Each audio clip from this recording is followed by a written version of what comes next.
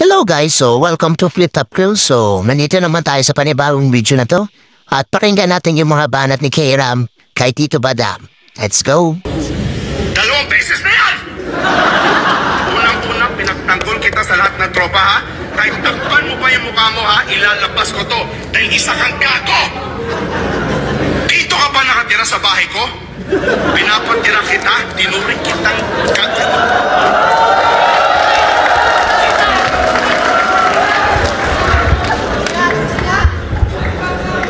Ang tigas ng mukha ng putang ina! Sa kabila ng ginawa mo, bumalik ka pa talaga? Kilala niyo ba siya? Siya si Badang!